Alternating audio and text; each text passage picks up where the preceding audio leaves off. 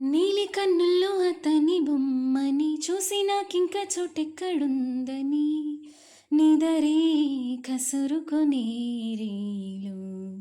మేలుకున్నాయిలే వింత కైపని వేల ఊహల్లో ఊరేగి చూపుని కలలే ముసురుకునే హాయిలు వినబడుతోందా నా ప్రియమైన నీకు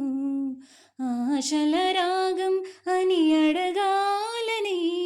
పగలేదో రేదో గురుతే లేదని